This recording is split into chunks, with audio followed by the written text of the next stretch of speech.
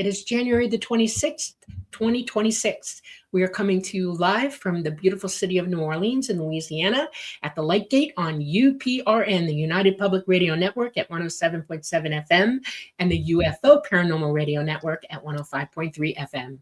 On the Gulf Coast. We are on Facebook, we're on Roku, we're on Rumble, and we are on YouTube. We are going to thank our sponsors. We love you guys. You've been with us since last year, and you do many good things for our channel, and we're very happy for you. Thank you very much. And I'm going to hand it over to Preston because one of my favorite people's on tonight. So go, Preston, go. Actually, we have two people on tonight. So yes, I knew Preston as well. That's right. So yeah, thank you, Dolly. Thank you, everyone. It's episode 145 of the Light Gate. We're that close now to 3 full years. Darn, I was going to say 2 or 3. Of course, your host, Preston Dennett. My lovely co-host is Dolly Safran. And what else can we say? She's a full-fledged contactee. I'm a researcher and a little bit of a contactee. But yeah, we're so excited. Thanks for joining us. Got a very special show for you today. It's not often we get to have 2 guests at once, but we do this time, and I'll introduce them in just a second. I get a few minutes to say hello to you guys, just a few, but we love you guys so much. We love seeing all these regular viewers and new ones too. And who do we have today? Let's see. We have Teresa Levine. Hi, Teresa. Hi, Teresa. A regular, as is Little Dove, and there's Carbone. Thank you. And we have Sharice Bazira. Yes. Hello. We got Nick. We have our dear Michael Kennedy. Going to be enjoying this show. Michael, hope you're doing well. We have Orion Constellation, my favorite constellation. Yeah. And there's a reason for that, because that's where the ETs are. They're there. Just saying. We have Jay Kirshenman. We have the Owlman. And hello. Namaste. We absolutely adore you. Namaste. Thank you for your generosity and support. We can always count on you. It's just amazing. We love you. Thank you so much for joining us tonight. We have Louise. We have Chris. We have, Jay Kirshenman says it's 11 degrees here. Is that where we're at? We're at 4. Thank you very much. I'm freaking out. We beat you. I've got the fireplace running all day. No kidding. Jeez, I just thought I heard a bear out there. Wouldn't surprise me. Lord. I know. We have Olivia Escamilla. Hello. Let's see. Quite a few people here. Z Sun Dragon. Hey, Z Sun. How's it going? Get your questions in early, guys. Yep. We got My Bud. We got Stargazer. We got Texas Cacti. Happy Blizzard of 26. Oh, thank you. On Fox TV, Shelly, Carrie Bell, Dolly Darling, miss you. Oh, isn't that sweet? Carrie, I know who this is. I've known Carrie a long time. Wow. Long time. So we got Sleepy Howell. We have Lynn Miffitz. We got quite a crowd here today. Thank you guys for joining us. Super excited. Let's get to our guests. If I missed your name, I do apologize. You can punish me later. Let me put our banner up for our guests. So excited. Katie Paige was actually our 6th guest on the Light Gate 2 years ago. Here we are at episode 145. We've grown a lot bigger, but we have 2 guests tonight. We are so happy and proud to welcome Katie Paige and Tony Angiola. I hope I pronounced that correctly. At any rate, let me tell you a little bit about them. Tonight's guests are 2 respected voices in the world of UFO and high strangeness research. I'll start with Tony. Tony brings a deep background in information technology and decades of UFO investigation experience. And in fact, he is a former assistant state director for MUFON Virginia. Believe me, that takes some real knowledge of this field to reach that level in MUFON. Tony has been studying UFO phenomena since the early 1990s. That's very close to when I got involved in this field. He became an investigator in 1999, working alongside Ben Moss and Ray Stanford. How cool is that? on the famous Socorro Landing Case with Lonnie Zamora. You may have heard of that case. Perhaps we'll get into that a little bit. Tony has appeared on the History Channel's Hangar 1 and NASA's Unexplained UFO Files. And today he continues his work with Rocky Mountain Ranch Research in Colorado Springs. Joining him is Katie Paige, author, researcher, and a leading explorer of high strangeness. She's the director of the Rocky Mountain Ranch Research. It's a little bit of a tongue twister. She's at the forefront of investigations as one of the most active and well-documented paranormal hotspots in the U.S. Oh, it is. We'll talk about that, I hope, a little bit. Her work has been featured on Beyond Skinwalker Ranch, The Unexplained, UFO Witness, and more. She also hosts the Trifecta podcast and co-hosts the UAP Studies Podcast, bringing major voices in the field into public conversation. Both doing amazing work. Wow. Together, Tony and Katie dive deep into UFOs, paranormal phenomena, cryptids, and the mysteries that continue to challenge our understanding of reality. Katie Paige is the author of Letters of Love and Light, 4 Decades of UFO Encounters, Experiences, and Sightings Shared with Ufologist R. Leo Sprinkle, Ph.D., my hero for sure, and co-author with our other guest, Tony Angiola of Snippy the Horse, UFOs, Mutilations, and the Coverup that started it all. I think Tony Angiola helped with another book. You'll have to correct me, Tony, or add that in.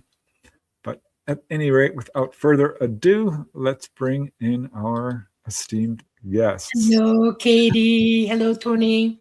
It's so great to be here. I just love you guys. So thank you so much for having us. Thank you.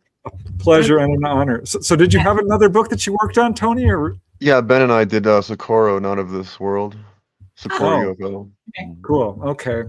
Yeah, you mentioned that. I wanted to make sure people knew about that because that's such an important landmark case. We recently re-released it last June because since Ray Stanford passed away, we acquired the actual photograph of the craft that landed there, and we shared that in the back of the book.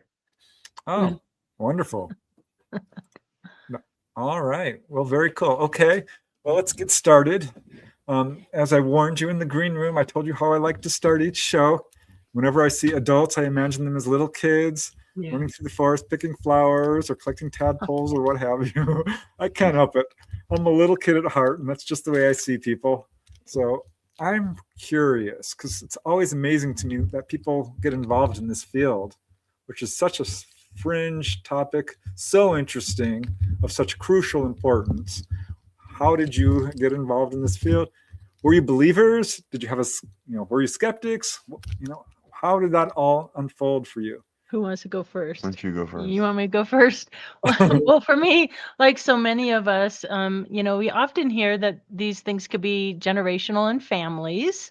So my grandfather in Lake Geneva, Wisconsin, actually had a sighting of an oblong-shaped craft over Lake Como, investigated by J.L. and Hynek. I think, Dolly, in San Francisco, we were talking to Paul about all that stuff. Fast forward, moved to Colorado. And then in the mid 70s, from 75 to 78, this is where Linda Moulton Howe got her start actually as an investigative journalist. My mother starts dating a gentleman from her work. She worked for United Airlines as a computer operator. And they buy this mysterious ranch that we didn't know anybody knew anything about. We didn't know it was investigated, nothing, but a lot of strange things happen there. You name it, from the paranormal to cryptids to everything, the UFOs and orbs and everything. Yeah. And so years go by, raise a family, but those questions kept coming up. What was all that from my childhood? All of that. And so I found out about MUFON, joined the Mutual UFO Network, came in right as an investigator, worked my way up to the Colorado State Director. And during my years with MUFON, I picked up this book, Hunt for the Skinwalker, and turned to other hotspots and started reading about a ranch in Colorado. Turns out that was the ranch of my childhood.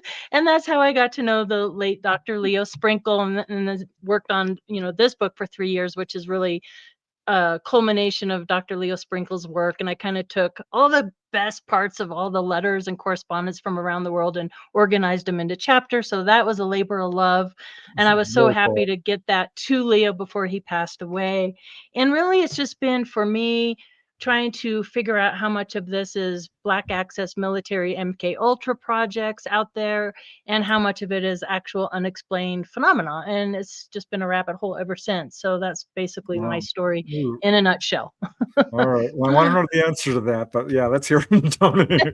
Mine's not that long. Basically, my senior year of high school, my computer teacher gave me this book, Light Years, and I wasn't really much of a reader. I don't know why he thought I would read this book, but I turned the first few pages and it was captivating. I ripped through that book. Next thing you know, I have a small library, and since I moved here, we joined our libraries, and we have more books than we know what to do with now. That's pretty much it. I mean, as a child, I had some weird dreams I couldn't explain, but it was more of, I liked the research behind it all, looking to find the answers. And at first I believed everything. And then after about a decade of doing this stuff, you start to get a little bit more Jaded. a little more strict. Selective is a good word. Yeah. Less Okay. selective. Yeah. Yeah. Curated. Yeah. Wait, that's too short. I want to know more. How did you get into like MUFON and Yeah, okay. So so as I mentioned, I got started in the 90s. I investigated in the early years. I had a small family, so it was really hard to get out when you have to take your little kids. But then fast forward into, I think it was like 2013 or right around that time, I met Ben Moss at a Business International meeting because I was doing IT, passing out cards, trying to meet people, get business. And I don't know how it happened. Ben and I were filling our breakfast plates at this, this bar at the hotel. And we just both started talking about UFOs like that, like as if we knew each Wow. other. And he says, well, I'm the lead investigator for Virginia MUFON. You should come to a meeting. And next thing I know, I'm assistant state director. Oh my And goodness. Okay, we're so doing hundreds of cases. And where in Virginia do you live? well, now I'm with Katie in Colorado. Okay, where did you live? I live near Dulles Airport. Really? Wow. Okay, that's amazing. That's amazing. Yeah, That's amazing. Virginia's beautiful. We drove through Virginia not too long ago. It's a beautiful. It is if you don't have allergies. I had terrible I don't. allergies. And, yeah. I get to Colorado and I had trouble breathing at first at this altitude because we're at over 9,000 feet. But Yeah. as soon as What? I got acclimated, Oh my yeah. God. You're As way soon as I up got there. acclimated, I was like, wow, there's no bugs here. There's no humidity to worry about, The cold feels The different, doesn't cold it? feels completely It's a different. dry Yeah, it is. cold. It's not a wet cold. Yeah. Right. When we were in 9,000. Colorado, it was no problem. No problem at all. She How goes, Here- cold is I it feel there? the snow outside and it's all powder. You can just blow it out of the way. I just did that yesterday. Yeah. So 9,000 feet. I have to know how cold it is outside right now. It's like a dry zero. Yeah, it was like 3 earlier, so it's probably down to 0 right now. It's chilly, All but right. it could be this cold in blue skies, so it's kind of deceiving. And we're so happy to have our furnace working again because we spent 2 weeks camping in this house, Yeah, burning furnace through all of our firewood. for Oh 2 my God. weeks, but it was Katie pretty goes, are you nice. going to stay up all night and keep that fire going? Because I'm going to bed. Oh my gosh. So Oh, now you we look hear the cozy heater now. come on, and we're like, whoa, music! Oh, it's to our like music to our ears. Yeah. Heat. Wow. Let the angel begin singing. Yeah. I can't even Very imagine. cool. That's crazy. Yeah. All Wow. right. So we got so much to talk about. I don't know. You Yeah. grew up on this ranch. You have hundreds of investigations. You got this new book out. Where do you guys want to start? What do you want to focus on? There's a Well, lot to talk about. Yeah, I think the best place to start, I mean, doing all the work that I did on the Rocky Mountain Ranch, which in the days of APRO, which is the Aerial Research Phenomena Organization, it was known as the Clearview Ranch. I think, Preston, it's in one of your books, actually.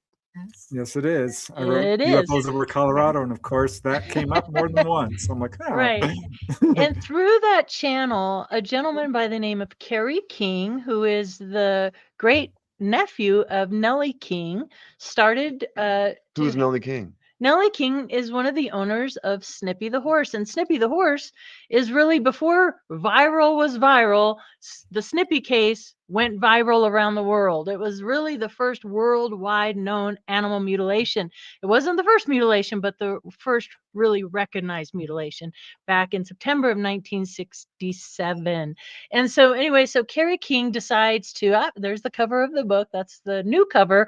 We had to change the cover due to the graphic nature of our original cover. So we put the old cover inside. Yeah, we put the old cover inside because So it was nobody misses that. It's yeah. original art from the case. Yeah, it was original art from 1967, the original cover, but we had to change it. So Kerry King gets a hold of me because he knew of my work with Colorado MUFON and the Rocky Mountain Ranch, invited me out for his first trial run in the San Luis Valley for an event that he calls Snippy. It's a great event. They're having it again this year, open to the public. You can go to Snippy 2026 to find out more information. We have great speakers coming, Dr. Shock, Mark D'Antonio, the Nice. John Dover Freddie and Stan, Silva. Freddie Silva. I think we have Ben Moss will be out there. Ben Moss, Tony, and gosh, so many. There's so many. Oh, I Eric can't fit Hecker. Eric Hecker will be there, and Diane Hennessy Powell. It's going to be a really cool event. Seth Talk. Seth Talk. Yep. So anyway, I know a couple of those. Yeah. yeah. So I got invited out year one. Year two comes along, and the family presents some photographs, and we had this confusion about the name of the horse. And Yes, I know about this. yeah. So I'm Ask talking Preston, about what do they call Snippy? What do they call Snippy? Snippy's real name is Lady, right? That's what they Right, say, isn't that's it? what they said. So we were having this discussion, and it was a mystery still. Well, that a few months later, as fate would have it, David Marler out of Rio Rancho, New Mexico, he has the National UFO Historical Record Center, acquires the long lost APRO files. And of Yay. course, me being Rocky Mountain Ranch, I was so excited to go and find the original Rocky Mountain Ranch document. So for me, luckily, it's only a 5-hour drive from where I am. And I drive to the archives to research the ranch. And Dave walks over to the table and just plops down a stack of original APRO Snippy case files, audio cassettes, and long lost photographs. Woo. And what I thought was really just the first animal mutilation, just strictly talking about mutilations, turned into be my jaw was on the floor for months on end with all the commonalities and similarities to the Rocky Mountain Ranch or the Clearview Ranch. And we're going to get into that on this show because I just couldn't believe it. But in that archives, if you want to bring up, Preston, the very first picture, that I was on the phone right away with Kerry King.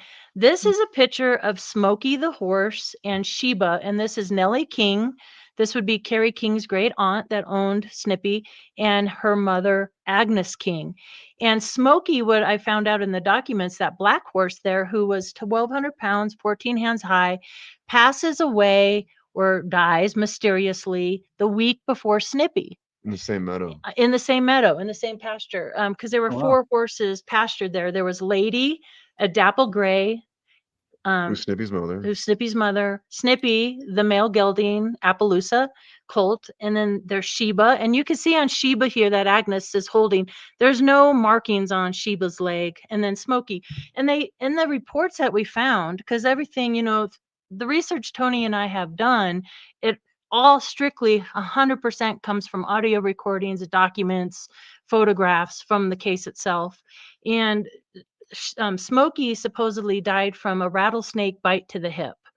But in doing the research and talking to, horse owners, a rattlesnake would really have to get a horse that large on the snout or on the throat to obstruct the breathing. So Smokey's death remains a mystery. But the most incredible photographs never seen before were in those files. And I can't tell you how excited I was to share these with the King family. And if you want to bring those up, Preston, the only known pictures of Snippy as a colt. They had to make these positive from the negatives because the original photos were lost. Oh my goodness. Oh, wow. So that's Snippy and his mother Lady. As you can see, they're 2 totally different horses. And for the confusion of the whole name Lady comes about not in the 60s, not in the 70s, but in the 80s, when Burl Lewis was interviewed by Linda Moulton Howe, and then later by Chris O'Brien. And he told them the same story, that Snippy was the horse that he rode. It was Lady who was killed, but that wasn't true at all, because we have proof that Lady is alive after Snippy's death. Yeah. And we have that photo also in the next ones coming up here. Yeah. What was cool about these photographs, Preston and Dolly, is these photographs are 8x10 and they're in these folded up cards.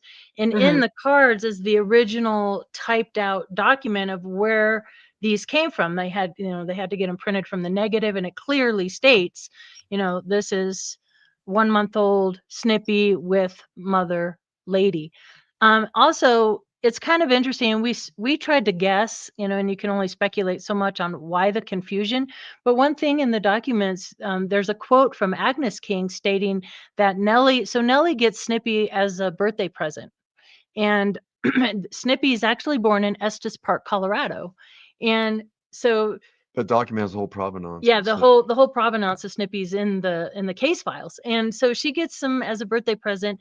She has to wait 2 years before they bring him home to the King Ranch in Alamosa. But when they do, they would go visit him, and she would comment that Snippy, because you have to remember 1967, Jackie O and the Kennedys are really popular, and they were quoted as saying, "Look at that proud little pony, prances around like Jackie Kennedy." And would use the pronoun she. And would use the pronoun she when comparing Snippy to Jackie Kennedy, because he was such a proud little colt. And that wasn't the only time. They actually Yeah. wrote she on a lot of the photographs, and they would speak she and he in the same sentence. Okay, so I'm a little confused then, because Snippy was a he was a male gelding. Yeah, male gelding. Snippy was the actual one that was mutilated, but then everyone Snippy thought was it was lady, mutilated. but it really was Snippy. It really was Snippy. Snippy. He was the only Appaloosa that they Was owned he, out of was he 4 gelded different before horses. he came to live with her? What? Was he gelded before he came to live with her? No. Yes, I think he was. Was because he that's why he before? stayed in Denver. I mean, Oh the yeah, area. because they did Yeah, castrate they took him. care of all that there before they brought him home. That was one of the reasons. Okay. Yeah. All right. I've been to that area, right where the Sand Dune National Monument is, San Luis Valley. It's a beautiful area. And you're familiar with the sand dunes, right? So there's this wonderful photograph Don Richmond takes towards the sand dunes to kind of show where this all took place. And Katie found a UFO in the sky.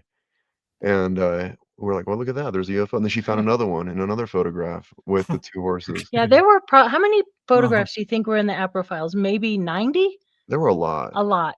Yeah. I would say more than 75, less than 100, right in there. We never Yeah. physically counted them, but there were a lot of photographs never seen before. And of various things like the evidence on the ground, the footprints, the holes in the ground around the bushes that we'll talk about, the burn marks and things all like right. that. I think you sent the one with the UFO in it, because I see one with a glowing object. So yeah, that might be we'll it. get to that. I don't think I sent that one. No? I don't think I sent it. No. All right. Well, It's in the book. It's in the book and it's circled. You should have the second picture of Snippy and Lady and Burl. That's not this one. It's not that one. There's another one Okay. of Snippy as a colt with Lady and Burl in the photograph. All And right. what's really cool is, I had a couple really nice long conversations with Linda Moulton Howe. Oh, this one's very important. Probably one of the most important. And this was a series of 4 photographs. And basically in the documents, it stated that these horses were very gentle, loving pets, and they would take sugar cubes out of your hand. After Snippy's mutilation, they became very skittish. And this photograph right here, and all of them had the writing underneath them. It said, Lady, Snippy's mother, these 2 horses, Sheba and Lady, were the horses that were with Snippy in pasture when killed, only witnesses to Snippy's murder. So you can see Lady's, this is Lady and Alice Richmond. You can see Lady's tail. very much alive. Very much alive, Lady. This is after the fact. Her tail's between her legs, and they were very skittish afterwards. They were never quite the same after Snippy's mutilation. Also in the documents, it stated that Snippy was only taught to halt and lead, was never saddled, was never shod. And actually, they were going to put a saddle on Snippy for the first time a week. He was scheduled to be saddled a week after his mutilation. So, Burl stated that, oh, Snippy's a horse I rode. Not true. Nobody rode Snippy, ever. He was never saddled. Okay, so here's Burl, right? Yeah, and you can see this is that card I told you about, and you can read underneath there that, this was an 8x10 made out of a negative with Burl, Mother Lady. I don't have my glasses. Oh, here's my glasses. Hold on, let me get it. It says, here is an 8x10 color photo I had printed up. It shows Burl Lewis with Lady, Snippy's mother, and Snippy as a colt. The photo did not come out too good because of the quality of the negative, but it does show the colt.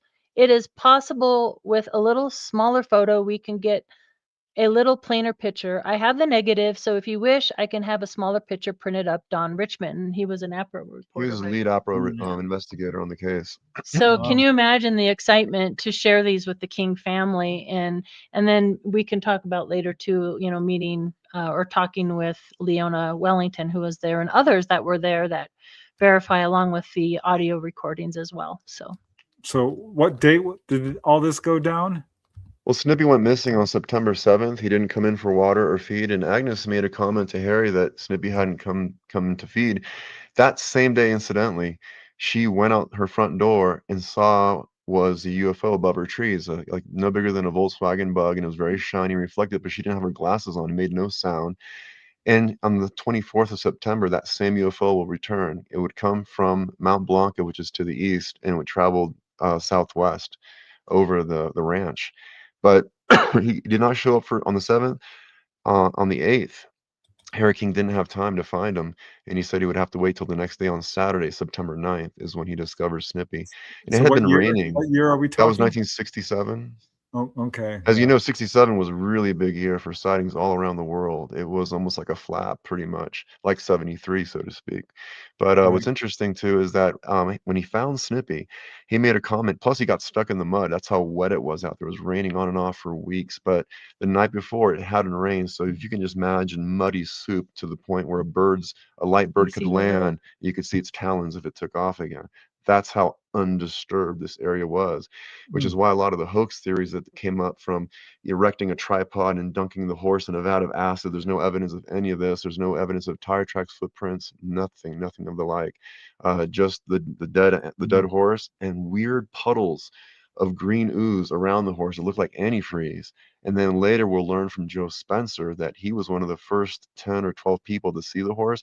He mentions a gelatic jello stick of butter that was kind of jiggly in the same bright, like antifreeze kind of green.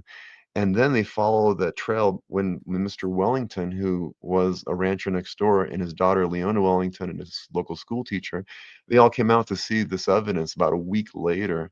And what they did is they followed that trail of puddled green ooze all the way about 500 yards away from the horse to a bush that was flattened, and it had this chicken gizzard thing in it. You want to talk about that? Yeah. So the Ernest Wellington is interesting because they were neighbors, like Tony said. They had so many strange animal deaths prior to Snippy that they called it the Dead Cow Ranch. So this wasn't just horse that were being mutilated. These were calves, cows, you know, and other horses as well. But so Ernest Wellington and Nellie are, you know, investigating the crime scene, and they go to this bush that Tony speaks of, and they see this weird lizard or gizzard shaped, what she called a tool. And so you can see on this map here, this map, you guys, in the archives is big. It's like this big. Like, I'm like, Dave, do you have something that big to scan? But this was an original map. A special scanner. Yeah, they had to use a special scanner, but this is an original map. And up in the upper right-hand corner where it's circled, so if you go down, is the smash brush. So you could see here, tuft of hair, mane, glob with green ooze found here, 20 foot around brush. Area was smooth, smashed down. But they find this tool in that brush up there. And Nellie picks it up with 2 sticks and starts poking at it. And this green ooze comes out of it. What's really sad. What was wrapped around it? The horse mane, remember? Yeah, the horse mane. And her hands burned. Burned for about an hour. This is all very suspicious to me. And anyway, I have a couple of questions. Okay, I'm dying to know this. What authorities investigated this? Who came out there? Well, primarily it was APRO because the local police officer, Ben Phillips, refused to come out there to look at this dead animal. He was convinced that this was done by lightning. And over time, she begged him for weeks to come out there, to the point where she did radio interviews and she nicknamed him Lightning Ben. Because everyone would ask that. Well, not only did you call the police? She goes, I did, repeatedly, dozens of times. And then his secretary would make things up, like, he's not here, he's out of town, he's at a convention, he'll get back to you as soon as possible. And then she'd see him going down the street. So she knew that she was. I have a question. Calling it lightning without doing any investigation. That's right. Yeah, I know a little bit about how law works nationwide, and mutilations is a federal offense. Okay. And it wouldn't be just the police that got involved. It would have been federal agents who would have been called. And all they had, and the police are honor bound, any incident they take, to call the federal government and tell them we have a biggie. And they That should didn't have been out happen. there. And they didn't. In fact, you probably heard of the Condon Committee and how they had eventually gotten involved and sent some investigators, Dr. Ayers, down to investigate. Yeah. And this was all in the case file. We got to see pictures of Dr. Ayers, showing off his Jeep and whatever he was wearing, Oh, which was that's kind of right. neat. But so the Condon Committee was complaining that people take too long to make a UFO report. Investigators take too long to show up. Well, APRO showed up within a week and started, collecting evidence, whereas the Condon Committee didn't show up for 3 months. What about So NICAP? NICAP showed up as well, and they actually worked together. APRO and NICAP, for the first time and the only time, they formulated something called the SORT team, SORT, or the Space Wow. Object Yeah. Recovery Team or Research Team. And Leo Sprinkle shows up, and he put together a team they had the experience missing time. They saw UFOs. They saw balls of light dancing out in the dry lakes of the sand dunes. There's so many we found. It's not just a mutilation case. We learned of cases before, during, and after this case that would just blow your mind. And I'll even tell you about some of them if you're interested, from Mrs. Yeah. Blundell Let me finish the to tool story. Mrs. though. Haynes. Yeah, we and want the to hear it missing all. time. But yeah, go back to the tool. Let me finish the tool We got story. time.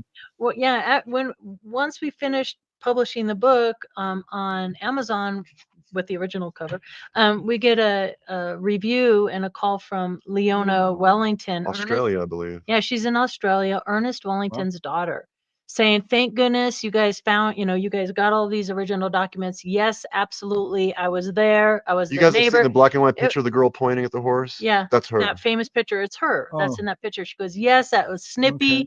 3-year-old male gelding." Her father died a week after touching that green ooze, that tool. And other investigators died 1 year after, and then a couple years after that, and then 5 Right. years So I after want to that. know People where just all the drop 'em. autopsies are and the medical reports on that. Right. What And was I you? asked Leona, I'm like, "Do you think that your dad's death was connected to finding that mysterious tool in the Chico brush?"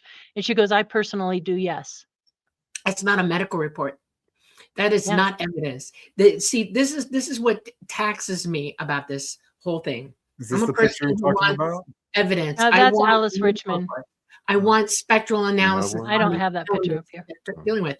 If it's a green ooze, I want to know what the green ooze is. If it's a yellow buttery thing, I want to know Well, what did they that is. test the green I ooze? Well, yeah, wanna they see- took all these samples to the Condon Committee and other labs. And the Condon Committee, and I put it in the book, that their results said, well, this tool is just dried up seaweed, organic, nothing to see here. This green ooze just evaporated, nothing to see here. The mane, nothing unusual, nothing to see here. But as you know, the Condon Committee got about $600,000 to basically debunk anything that crossed their desk. And what's Yeah. interesting, And they weren't going to touch mutilation. so in the reports, we do have the test results from the tool, and they do say it's an organic, weird green seaweed kind of substance, blah blah blah. Oh, yeah. But it shouldn't be there. We don't have that out there in Well, the Katie had a good Louise theory. She Valley. thinks that organic tool So- and the green ooze was what they used to create that laser incision around the horse, which we haven't even talked about yet, which is one of the most remarkable things about this case.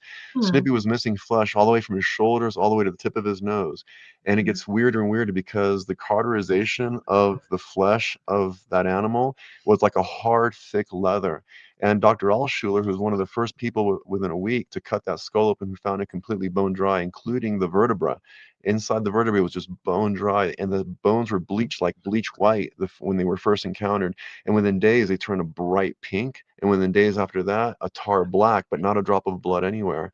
And what you see in the photographs, it looks like dried blood, is not. It's this weird black tar-like substance that was that they tested, and tested it. yeah, they just said nothing to see here. But that was mostly the Condon Committee, and the other labs maybe just didn't have the right equipment to properly, test some of this And stuff. at some point, the Is federal this government the didn't get Bush? involved at all.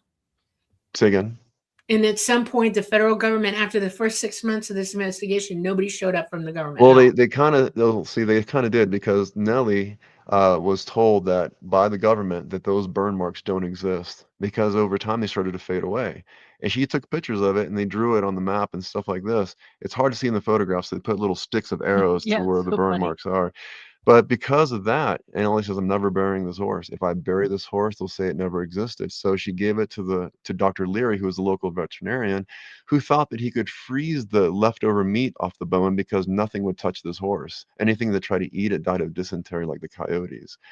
She had to boil those bones for like many days in order to get the bones clean. Preston, if you put up that big map again, you could see where they actually put coyote droppings, and they could tell where the coyotes were from the mud on the ground. You can even see little bird tracks. Coyotes did not approach the carcass for quite some time. And when they finally got around to try and, so right over here, right to the left of where Snippy is, it says coyote droppings. What did they write there? I need my glasses on. Coyote droppings, coyote tracks all over area to rear of horse, but they would never. They were coming close, but they wouldn't touch it. They wouldn't touch the carcass. Animals don't like are smart. Their noses tell them this is not natural. Don't go near it. I also want to know: did they take up the ground where the horse lay and the ground going up the hill? Did they? Well, there was radiation. Dwayne Martin took radiation readings twice. Once about a week after the horse was found, and about around the 27th before another team came out. Did they give a report on the type of the radiation was really high all around the horse for blocks, he said. But there are many types of radiation. Did they give you the type of radiation that it was? See, the funny thing about UFOs is they have a very specific type of radiation. They admit it's proven, it's known, they know. Humans make all different kinds of radiation. There are 3 or 4 different kinds that can be left as telltale signs of activity of different. I think the unit was a CDV 750, and it took 2 kinds of readings. But the strange thing is, the closer we got to the horse, the lower the readings. It was almost nothing at the horse, but everywhere around the horse there was. In fact, there was a 75-foot circular depression that was crushing the Chico bushes and pressing into the sand and the soil there. And there were 5 15-foot circles. And to me, that would infer some sort of a landed disc. The burn marks represent perhaps something of a glowing orb that would hover over that part of the ground and burn it up. And I would challenge any of you to find out what type of radiation it was. That is very telling. If you don't know what type, it can be 90 rad. I guess. Yeah. But if you don't know the composition of the radiation itself, and you can know that, you don't know what you're looking at. You don't know if it is a UFO or if it's man-made. Man-made is very specific, and they can tell the difference. I find it very interesting also that the government wouldn't have anything to do with it to begin with. 99.99999% of APRO, all of them, Blue Book, all of them deny anything. Will wait weeks before they investigate, go back and then debunk it. That's their like Socorro, the half-life was just a few hours on that radiation. That could be man-made because ET doesn't leave that kind of radiation. And then when they photographed where the feet were of the craft that landed in Socorro, they saw light that was just bending right in the photo, and we finally got those photographs back. And we put those. Well, radiation can make optical effects of film. It's not that the light was bending; it's that the film turned it that way. High amounts of energy or heat can make film process wrong this unique radiation also burned the roots around Snippy. So any vegetation, the top was not affected, but the roots were burned, just like the 1952 Desvergers case. It doesn't matter. We can do that too. We have the ability to do that as well. Being military and understanding how radiation works, being a bomb expert, I'm telling you that is not a big deal. If you can burn 10 feet down into the ground. I'm just telling you what was there. This was all. I know. It bothers me that this isn't. I'm not trying to say it's a UFO or not. I'm just saying there's circular circles pressed to the ground. This is the evidence. You decide what it is. You got circles with radiation. That's the ultimate question, isn't it? Was it human? Was it us? Or was it ET? Because I know from Dolly's perspective, ETs tell her they do not do mutilation. Absolutely not. That this is a strange about this mutilation is that in addition to what you've probably already heard and know about cows' tongues, eyes missing, cord out rears, this horse had a broken right leg, and its left hind leg was just as bare as the neck bones. The cauterization is something they can't even produce today. That extreme amount of heat, Dr. Altschuler said in the 80s when he was interviewed by Linda Howe, that at that point in time, it's very pliable and malleable. And disinformation. They had medical lasers that could do that back then. Absolutely. Not in the middle of nowhere, out in the San Luis Valley. tomorrow I'll prove it. Dr. I- Altshuler said that there was nothing out there at the Not in time the public that could produce arena. that kind of heat. Yeah, not in the public arena, but I guarantee you that there were medical lasers that could do exactly that already. And you're going to bring that were. entire contraption out there, hover it over the ground, not It's make not a an mark. entire contraption. They had handheld. Okay, There was hold no on a marks on the second. ground around the Yeah. horse. Everything was just That's wet another mud. thing I wanted to. So Well, if you one of could these if you could images. bring up Preston that map one time, I just want to point out a couple of Yeah. things. And I actually think I sent you the close up of the map. Yeah. But if you zoom in on Snippy, All right. I just wanted to point out that it's kind of interesting that they made sure they put his Appaloosa spots on his rear, Yeah. and drew an arrow to it and pointed it out. And you can clearly see where they made it so his back right leg appears broken, as Yeah. if dropped from above. So you can see here it says horse tracks in a circle as if milling. And then there was no tracks leading up to where he lay. And there were some discrepancies in the report between 20 feet to up to 200 feet, 250 feet. So that was the biggest discrepancy in the reporting. But clearly I thought that was really interesting that they would put the Appaloosa spots and the broken back leg as if here's it another dropped image. from above. I'd love for you. And it would to... make sense he would drop rear first because the top of his head was all missing. So he would be bottom heavy. Also, all of his internal organs were missing too. Yeah. Now, this Like- was another map that was in the original files, and it clearly shows the 3 horses being corralled by something. We don't know what. We can speculate, a light, an orb, whatever. Helicopter, I don't know. Left to right. Yeah, That's how you want yeah, it. you wanted it left to right. Turn it one more time. Turn it one more time. Oh, all right. That's what we said. Like that. Yeah. Hit it right there. Right there. That's how it goes. It was left to right. Yeah, so there were 3 horses because Smokey had died the week before. Then we had Sheba, Lady, and Snippy, and they could clearly see the 3 sets of horse tracks up until a certain point right there by the arrow. And it says tracks Oh, I see. of other 2 horses proceeded to the King Ranch. Snippy mills in a circle and then is dropped and found there where you have the circle. Also, what's significant about that point, there's so many Chico bushes, and Chico bushes will pop your tires of your car. These Sure. horses ran through that with all the pain it would take to run through these Oh. rough bushes and not going all the way to the You paved know, when trail. it comes to terrifying you, I can understand it. This is a very emotional case. If horses agree could with talk, that. wow. You know, Yeah. that's Right. one of the things that's disparaging to me about this is that these horses were tortured and terrorized. Okay. Yeah. And it doesn't in my experience, and it's extensive, ET has never done a single thing like this. These are beings that are billion years in advance of us. They don't need to do this. But military people need to check animals that have been exposed to radiation, especially from prior bomb explosions going on under the ground or above the ground or in the area, or water being contaminated. I mean, this is a great area where a lot of damaging effects of radiation tryouts by the Yeah, that's government. one of the theories as to why this is going on, right? And, they're watching things. How long did they live on that ranch before that happened?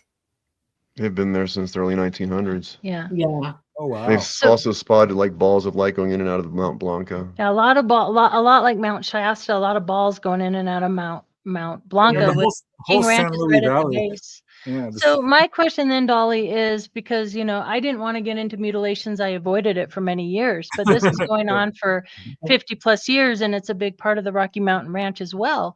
Yeah. And I agree with you. I think a certain percentage is done by covert military operations, but it certainly doesn't explain all of them. There are some very highly mysterious cases and witnesses that I've interviewed that have caught a mutilation in progress miles off county roads with no helicopters, no tracks, no nothing, very mysterious. So, and I've also heard the theory, even from Linda Moulton Howe and others, that certain ETs do need nutrients that they absorb through their skin, and there's high amounts of copper in the blood. So why are they draining the blood? And maybe 90% of ETs wouldn't do that, but maybe there's one that does, that needs the nutrients for the soft tissues or something like we that. now know for a fact, they are proving, and we have plenty of people on this side of it who are working toward that and Michael Schratt's one of them, that the government had UFO back engineered all the way back to 1960 and 55. And that they're pretty shiny little things, okay? That they were already doing psyops, they were already causing problems, they already crashing and doing weird things, and it's incredible. because my father was in the military industrial complex, I can tell you that he's correct. Okay. Yeah. They have been doing this for a long time, and they are very good at messing with the brains of people because they want you to think that ET's evil. They want you to think they're trying to kill everything. Well, that's my concern, because if we do have saucer-shaped craft and basically mimicking a UFO, and ET technology ourselves, you know what I mean? Right. Yeah. No, I know stuff on the Rocky Mountain. Yeah, I know things on the Rocky Mountain Ranch. Yeah, we had him on the show, and he was also struggling with these issues. He's like, I don't know. He was kind of like on the fence. He's like, I don't know that this is ET. Yeah, except for ETs abduct people. That isn't kind. That's not nice. Contacting, and it's because they've been trying to hold up humanity for a while because of what we have going on in our solar system, because our magnetosphere is down and we're taking heavy loads of gamma radiation and our DNA is being disrupted by it, that they've been here trying to hold us up genetically and keep us going so that we can deal with what's coming at us. That's why they're here. The government didn't want anything to do with them, or they didn't want to do it their way. When Eisenhower was contacted, there were 6 other world leaders who were contacted as well. And every one of them told him point blank, no, we're not going to give up our nukes. It's already a done deal. Too late. And then Eisenhower, on his exit from office, warned everybody, told them point blank, the military-industrial complex is a problem. Y'all need to watch out. And what happened? Nobody did a thing about it. We've had president assassinated for it. We've had covert operations all over this planet. We're in anarchy right now. You tell me what the heck's going on. Okay. Yeah. This is, we're all being terrorized by this stuff. Everybody, y'all don't have a clear picture. Disclosure is not going to happen. You people, I want y'all to realize this. They're going to play with you until it's too late. Things are happening and we have to pay attention to what's really going on. MUFON, MUFON in 2022, the level of people reporting concurrent sightings, like from 22-4, dropped dramatically and went through the floor. That's because ET bugged out. They are not even here. And yet people are still seeing things in the sky and they don't know what it is. That's because it's back engineered military ops. There's no doubt, that there's there's no doubt of that at Rocky Mountain Ranch too, that we had, John Duke, who claimed to be Air Defense Command from San Francisco, at the ranch, messing around with what they call FM, which is freaking magic, which is basically they were messing with MK Ultra, LSD experiments. And they even says in the documents, legal LSD. So I think some of the UFOs and craft that they were sighting at the Rocky Mountain Ranch were military black ops. I agree, Dolly and Preston. There's no doubt I'm concerned that about we had, or our military has had this.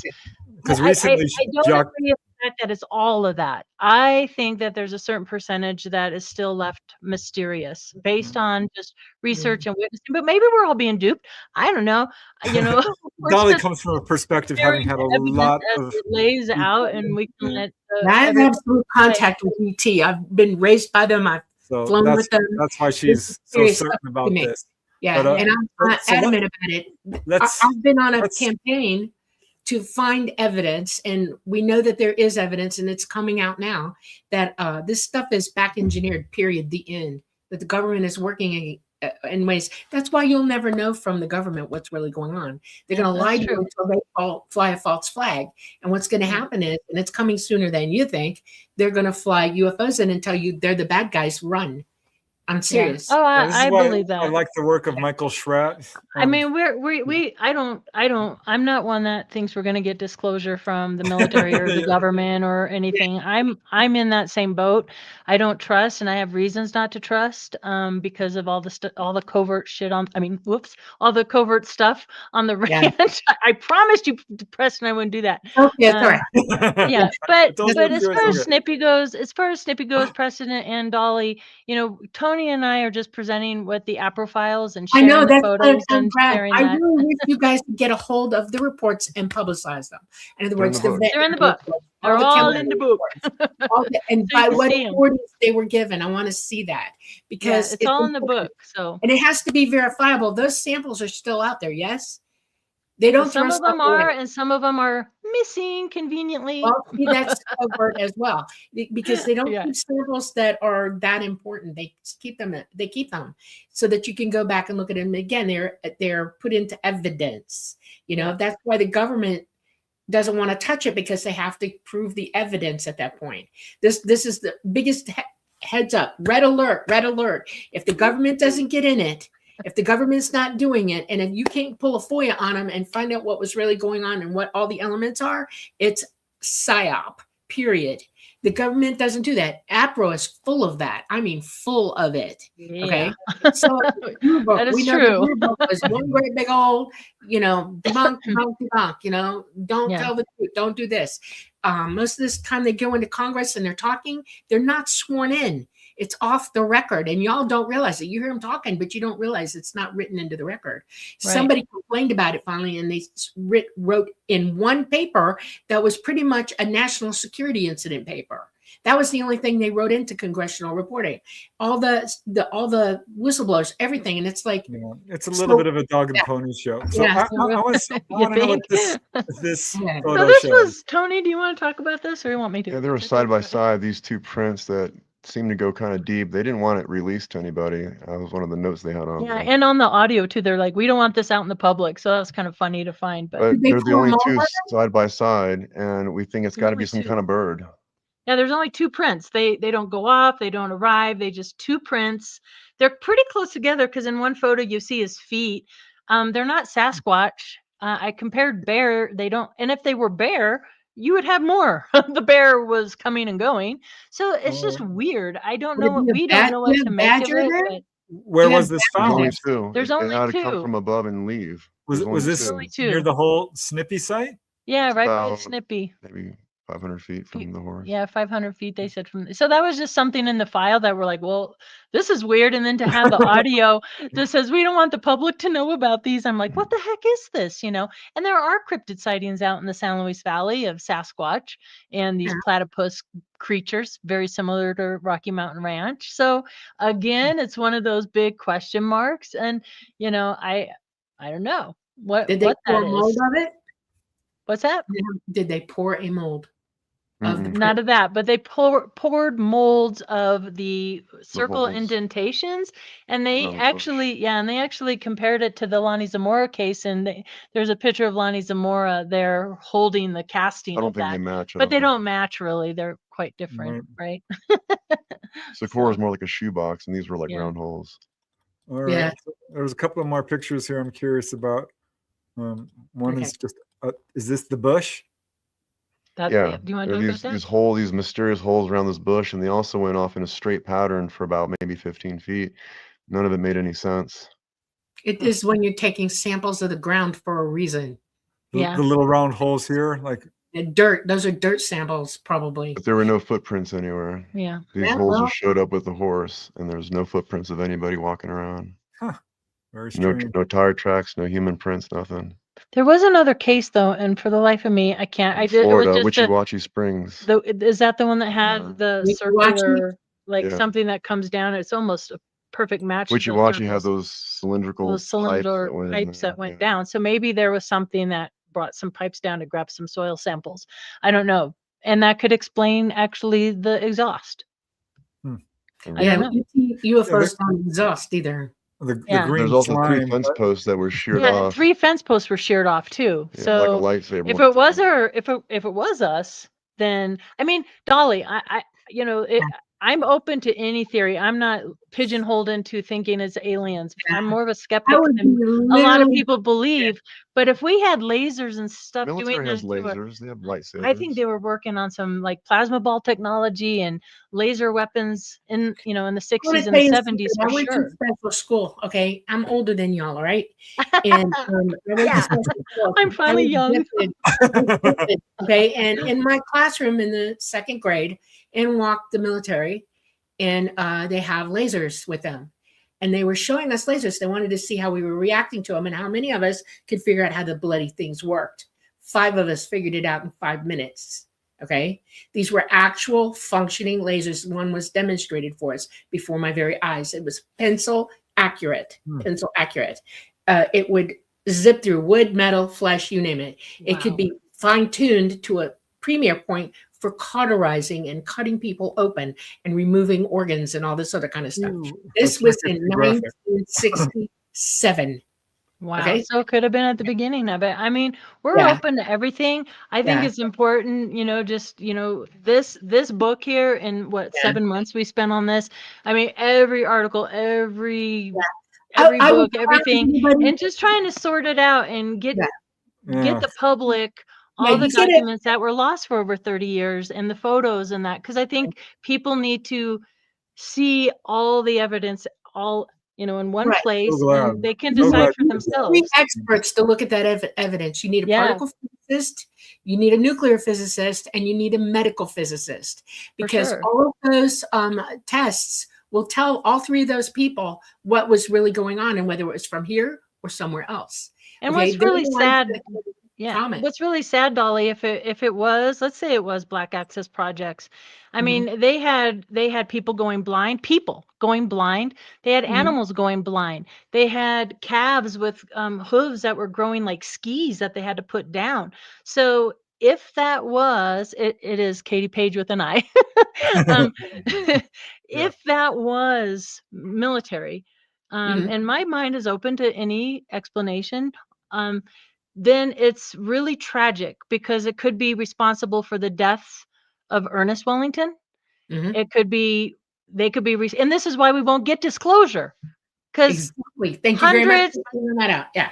hundreds, if They not have a thousands of lot people to were answer put for. into these covert programs and affected by it. So yeah, it goes deep. It A really lot to does. answer for. And if everybody knew how bad these actors are, we'd turn on them in 5 seconds. They have, I'm not kidding. I mean, it's No, I serious. know. Yeah. It is And serious. they run in the store. Yeah. And we just, Thank you, Olivia. Just wanted to give a Thank you, shout Steve. out. We appreciate that. Okay, there's another photograph in here that I'm curious about. Oh, tell about this one, Tony. So this was taken by Bill McFedries and Ed Boggs about 1 week before the Snippy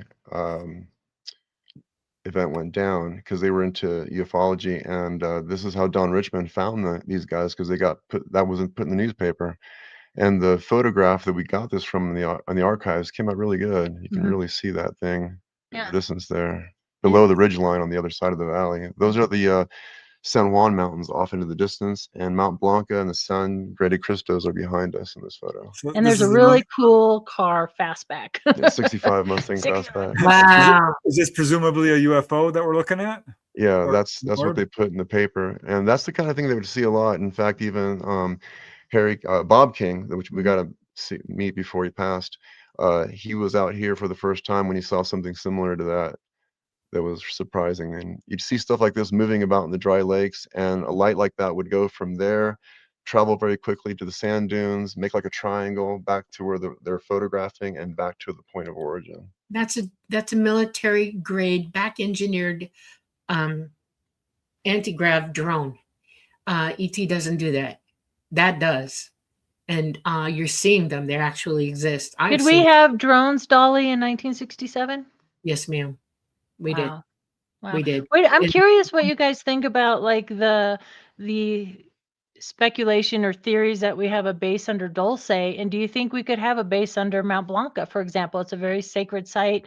Native Americans won't even battle there. It's right at the base of this mountain, and we know that the Crestone in the San Luis Valley is crawling with feds and Oppenheimer and Tesla's out here, and government bases. so Yeah, they're all over the do you place. think that could be a possibility, or do we not have underground bases? You have underground bases in Colorado, period, Dean. Yeah.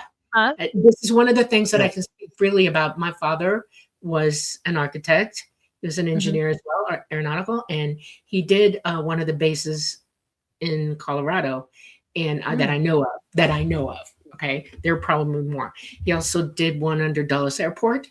There's several in Virginia that I know of. They're all over the place. They've got underground facilities that'll blow your mind, and a lot of them have connections. Like within a 50-mile radius, some of them are connected together underground.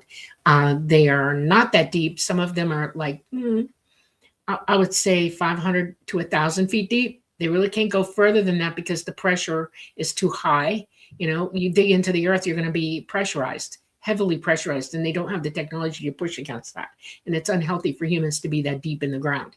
But they have them. I know that there's a hangar in, Nevada that is so big underground that they've got 2 bombers under there. Honest to God, B-52 bombers. You know, they're pretty much every military base goes underground too. That's so interesting. We were just watching a Joe Rogan episode last night.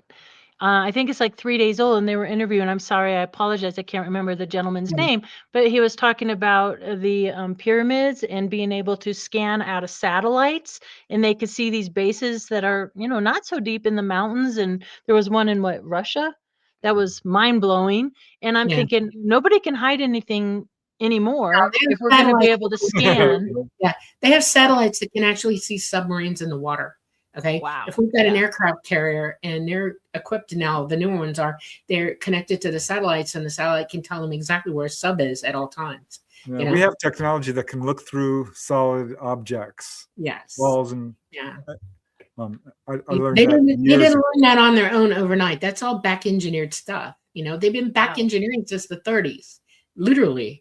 They didn't have the technology to fully understand what they were doing yet. They were crawling at it. But by the late 50s, early 60s, they had a real handle on it by then, and they were already creating craft. Yeah, I'm sure of it. All right. So who are these dudes? Okay, you tell. That's Lonnie Zamora on the left from Socorro, and that's Don Richmond on the right, the lead opera investigator, and he's sharing the plaster cast. Yeah, they're holding the plaster cast there. Of the foot of the bird, whatever? Of the circular marks that were around the bushes. They did not take a plaster cast of the footprint. Oh. I think they wanted to ignore the footprint. Yeah, they did not want any attention on the footprint. Yeah. That's not true science, unfortunately, when you're ignoring evidence. And that's the problem with a lot of these older cases, too. We can't really vet, the investigators or how it was done. We feel we found a lot of mistakes between even Project Blue Book. They misspelled things, wrote things. I know. Well, it's not. I know. It's like it's been very hard. It's hard now. I mean, I'll be honest with you. I know MUFON has a team that rolls out real fast, and they have people who are trained and everything.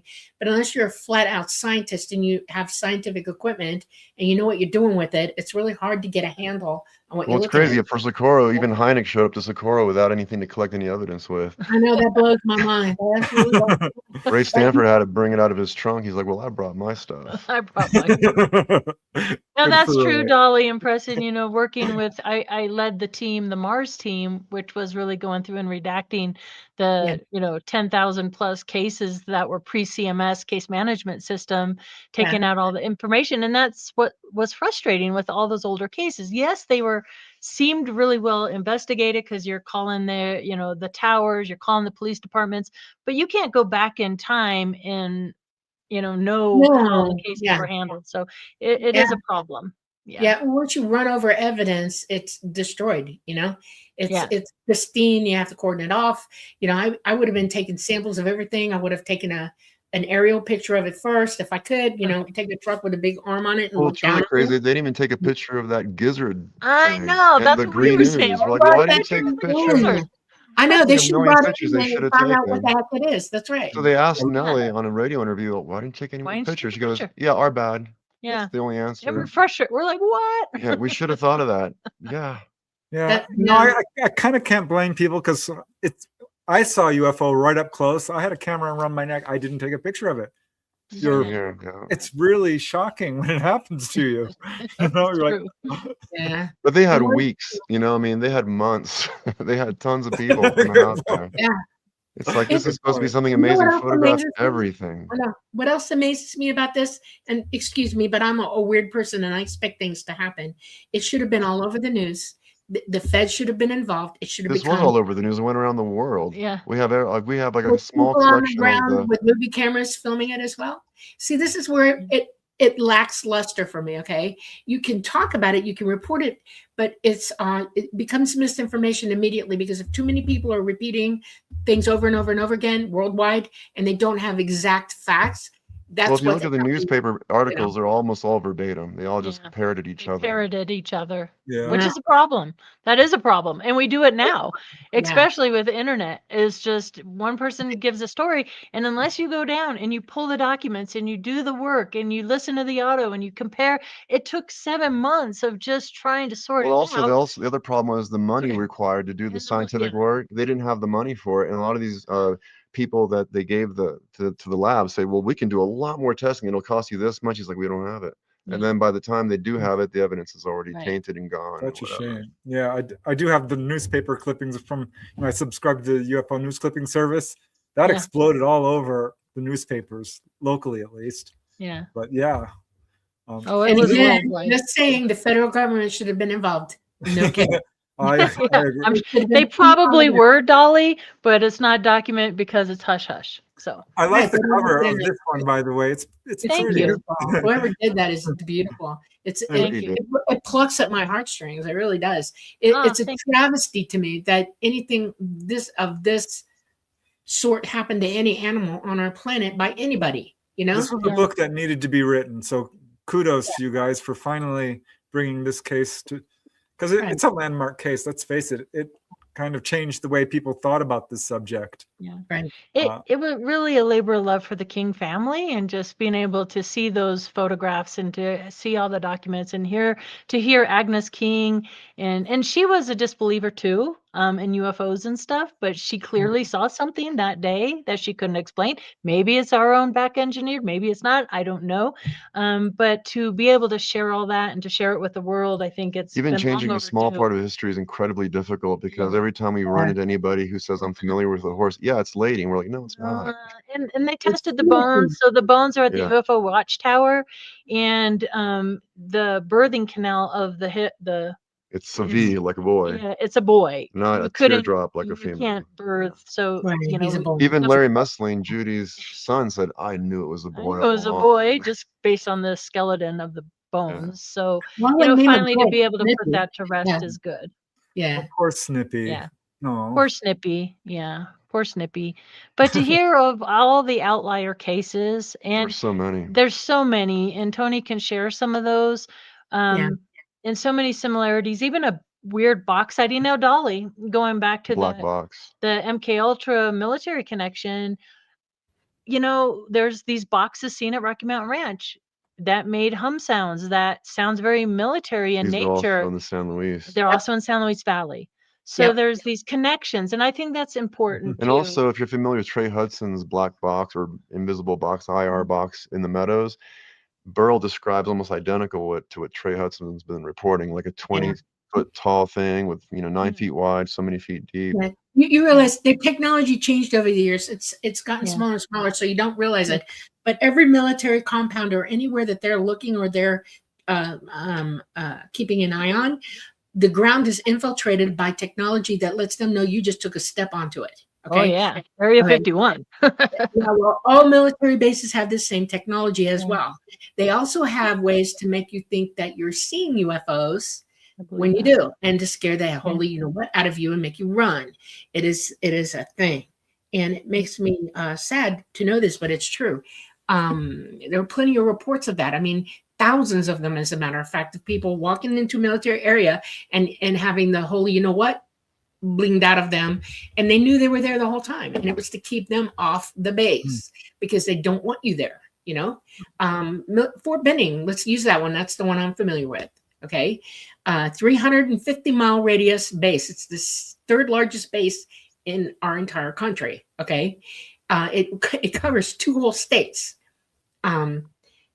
There's nowhere there because they have operations there that are so covert. They have rangers coming in and out of there. You can't see or anything when they're coming or going. No satellites allowed to know what's going on either. They push.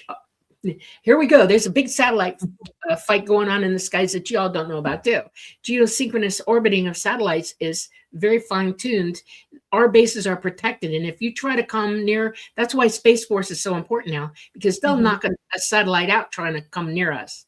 Any satellite that's governing our bases or anything.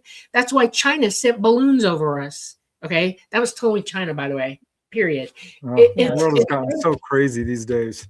Yeah. I always thought that too.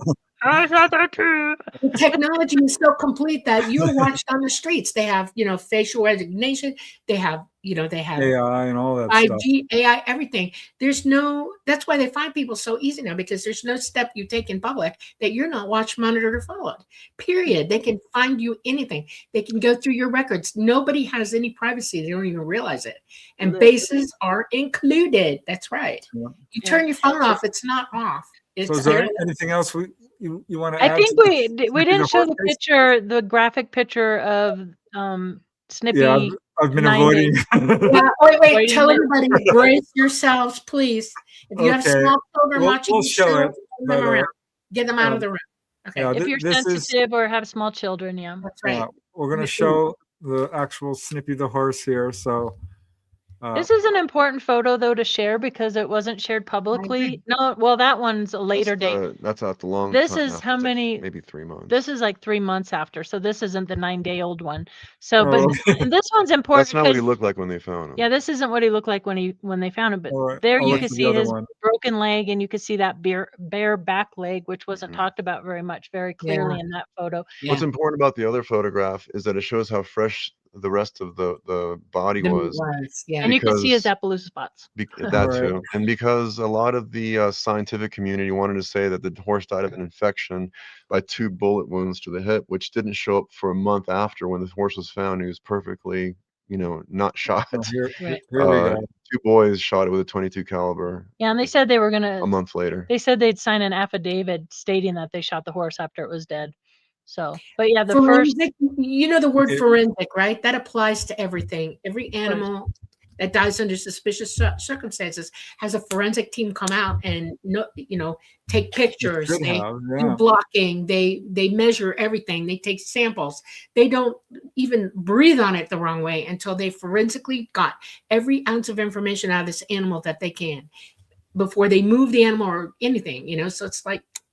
Well, in a perfect world, but something that's interesting, Dolly, about the animal mutilations and talking to like Paul Sinclair in the UK, this isn't just in the United States that we're having strange animal deaths. This is a worldwide phenomenon, and it's not just horse and cows. It's dog and kangaroo and sea creatures and all sorts. You understand the military industrial complex is global, right?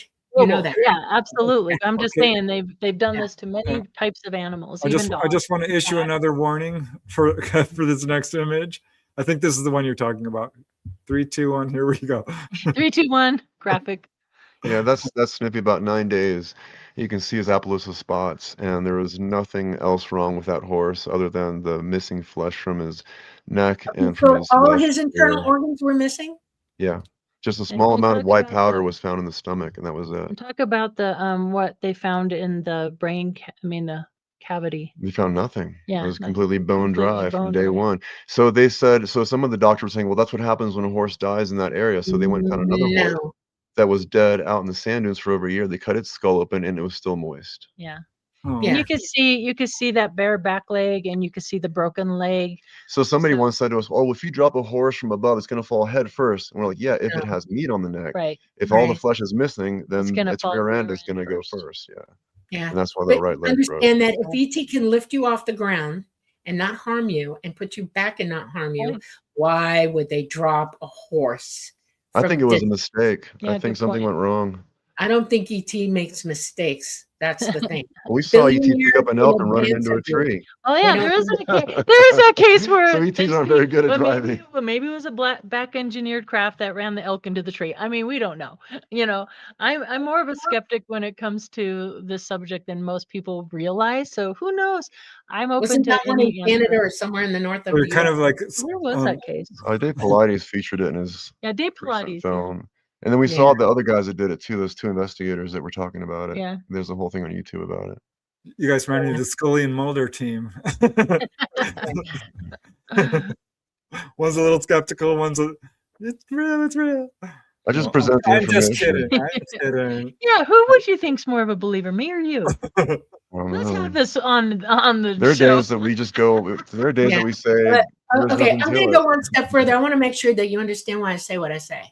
ET's got a field around them. It's impenetrable. Okay. When they move you into the craft from the ground. They have to take you up in a way that you can go through anything. You become interdimensional with them. They have to do it this way because they can't just stop their process and let something drop. They would hit the ground as well. This is not how they operate at all. Okay. Now, a back engineered craft doesn't have that. And yes, they can drop you from a window. Okay. So I'm sorry. All right. Go ahead. I'm just like, there's a million reasons why. I never said it was ET. I'm just saying something from above. Something came down, left these circles on the ground, sliced these fence posts off. Right. I don't know. I think Dolly believes in ETs. Obviously, I know there's more than they one kind of ET. Maybe there's some ETs that aren't no, so there's sophisticated. I know at least 16 different. Maybe they're learning. Maybe these are young kids that are trying to figure it out. If they got here, they're way more advanced than you are. Trust me. Yeah. And they're not going to make these kinds of mistakes. And they wouldn't do it. They don't. We're not a chemistry set to them. We're humanity, just like they are. And the only message they leave people, and everybody says the same thing. Nobody's ever come back and said, they're threatening us. They're going to kill us all. Nobody talks That's like true. that. You know, I respect your opinion, Dolly. I respect your. My concern is that I know that our governments are putting forth a fear campaign. I know they're lying. I know there was a lot of technology behind the scenes we don't know about. Yeah. So it's really hard to parse this all out and unpack it and really get a clear picture of what's going on. It's true. Especially because the MyLab situation as well, and it's just a mess. Yeah, we're all guinea pigs to the. All right, so all of us. I'm interested, Tony. You worked for MUFON. You invested a bunch of cases. What were some of the more interesting ones for you? There weren't any. That's why I left. It's like once I got a hold of the Socorro case, I spent the next 10 years working on it. Everything I got in MUFON were just lights in the sky, and I went out and investigated a woman who claimed that she sees ETs every night. One came down her driveway, and she sees these balls of light. So Ben and I, we drove like 5 hours to go meet with this woman who was a dog trainer of these vicious attack dogs in the Air Force. We thought, that's got to be credible. We go up there, Ben goes to pet one of the dogs, almost gets his arm chewed off, and she has chicken wire and barbed wire to keep the dogs in, so that says a lot. I said, run us through the night. What happens when you start seeing these? So first I get a glass of brandy. Okay, now we're not starting off on a good foot here. So now you're inebriated and you're looking up at the sky, and we found out there's an Air Force. She got the brandy. She got the brandy, not us. Not you. Weirdos. No. So she starts off by drinking every night with the investigation. And she's facing the direction of the airport. This constantly, we're just watching flight tracker. Every time she pointed to a UFO, we said that's an airplane.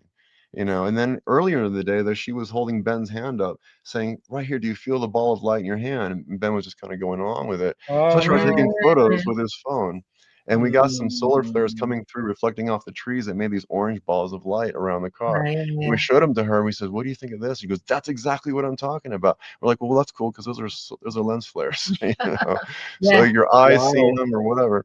Flew the drone up there. She goes, the UFO touched the trees up there. All the vegetation's dead up there. So I flew the drone up there. Vegetation was fine. Takes me around the back where there's a circle that the UFO actually landed. I go, this is just like grubs that are killing the grass here, But there was a funny moment there because I was pretending to be like an EVP, like a ghost, and Ben couldn't hear me. So I pretended I was like a ghost, and I said something that got recorded that he didn't hear me. So later when he played it back, I said, "Get out!" Like, "Get out!" And when he played it back on the recording, he goes, "Did you hear that?" And I let him go with it for a little while. That would be. I got a question for somebody. I've had investigations like that where it was planes coming towards the witness, and they turned, you couldn't see them. They were so upset when I told them it wasn't a UFO. They did not take it well. We had one guy disappeared in the woods for an hour when we told him that. We're like, do we just leave him out here? Or do we just leave? The government will follow you all day long. Is Carrie Bell still in the chat? Say something. I want to see if you're there. Oh, I haven't seen any. Carrie's talk. If you're there, talk. Just say I'm here, Dolly. Okay. There's a reason I'm asking this. One of the things that has perturbed me greatly is that if you're in the military, you work for the military, you got people who are in the military, blah, blah, blah, blah, blah. They will follow you around. Okay. And I've had days, and I'm not joking, where I was so obviously followed around, it made me crazy. A few people in my life have heard about it while it was happening to me, witnessed it with me because I have a video phone. And so I'm wondering if Carrie Bell is there. It might be hard because he's in Arizona and he doesn't have a real good signal out there. He's not there. Carrie No. Bell just happened to be on the phone with me in 2018, late 2018, early 2019. And when I was at our family zoo back then, and a helicopter started following me everywhere I went. I was on the phone with Carrie. Followed me to the grocery store, followed me to the vet, followed me everywhere I went. It followed me all the way home. It was over my trailer for an hour, and Carrie just happened to hear it with me. And I'm like, Carrie, there's a freaking damn, I'm having a bad day. And this is the kind of thing that always made me take up and notice what's going on around me. I wish people would spend more time teaching themselves how to be good observers, and understand that everything you see and do needs to be backed up with either a witness or some good photographs, or take notes. If you have a notebook in your house with a pencil that you can grab. That's one of the problems with this field. There's not a whole lot of hard evidence. And I have the same issues, Tony, with MUFON. Occasionally I'd get, this lady saw a human. There it goes. He would not talk to me. Anytime you get like a good case, they start backpedaling. Yeah, see, Carrie said there were live videos. I showed him. I'm not kidding you. This is my life, okay? Stuff like this happens to me all the time. Yeah. And this is what I'm saying. The government is more connected than you could possibly imagine. I mean, if they want to follow stupid little me around, imagine what they do to everybody else. I'm not the only one. I'm not. Okay. I know I'm not. I'm not special. Oh no. It's everybody. It's crazy. I've had some crazy things myself, right, Tony? And interesting people and follow. I know they're keeping an eye. There's no question about it. A few different no question. So I've had it. I know exactly what you're talking about. And as far as when I was my MUFON days, probably almost 90 to 95% lights in the sky, identifiable. But I did have a few interesting cases, and I'll go ahead. My favorite case was a daytime case out in Douglas County of a woman on her way to work. So as sun was out, she's on her way to work. She spots something pretty low over the tree. She pulls over the car, and that's a good tip. If you see something, pull the car over. Don't drive and do this. Anyway, so she pulls the car over. She's watching this thing, and she's like, are these birds? She's trying to rationalize, and I love that in a witness when they're trying to they're figuring it out. Theory escalation, right? And she's like, no, and she said it's like a special effects. It's like doing this morphine, changing shapes.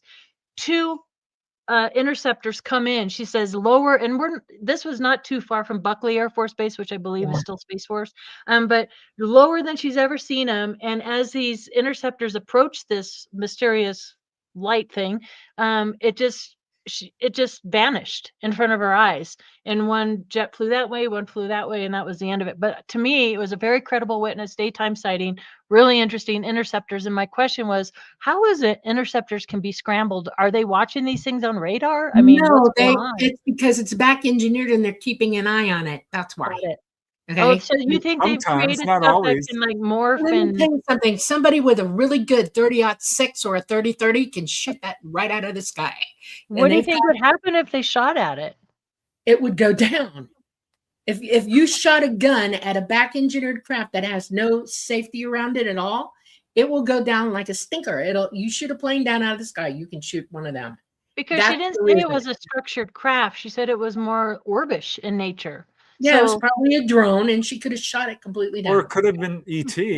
There's no reason why that wouldn't be the case. There wouldn't have been interceptors on it like that. Well, there's a lot of cases in the literature where UFOs show up, good solid cases, and then the military shows up and chases them away. Yeah, but the timing, if they're right there on it that minute, sometimes it takes 45 minutes for an interceptor to get there because they have to fuel up, they have to, pre-flight, they have to get off the tarmac. Some places in the country have flight interceptors that are ready to go on the second. The guy's right outside the door. He's sitting there all suited up, ready. They're on patrol, they're on duty, and they can be up that plane and in that plane and in the air within 15, 20 minutes. And it takes time to get, because they're flying only at Mach 1 probably, to get, so many miles to get to intercept. So you're looking at a moment of 45 minutes to an hour. The interceptors that were trying to come in 9/11 did not show up right away. You know that, right? They were way late for that, and they were right there on a base that was ready to take off, and it still took them 45 minutes to get there. That's the problem. with that. Well, Now, it's interceptors on still top not of something uncommon. right away, it's because ET let it happen and they knew people were filming it. They do that. Or they were trying to make a point with them, but they wouldn't make that with a drone. See what I'm saying? ET wouldn't do it with a drone, not at all. ET's got to be able to outfly that interceptor. See what I'm I saying? didn't realize we had drones that look like orbs and stuff. And Yes, my we thought did. is if they're tracking ET, then Yeah. maybe. Yeah, Yeah. it was an interesting case nonetheless. Yeah. Yeah, my early interest, I had maybe one really interesting case like that with MUFON. I never ended up getting any good humanoid cases, but one guy was near LAX and saw this kind of cylindrical object. And he was a good witness, Brian Forrest. I had him fill out the 20-page thing, checking 20 all the pages. you know what I mean? It's gonna get better, people. Right here. Yeah. But ultimately, I decided, I'm submitting these cases to MUFON, and I kind of never hear from them again. And I just, I love MUFON. Don't get me wrong. I absolutely support them still. I'm still a member.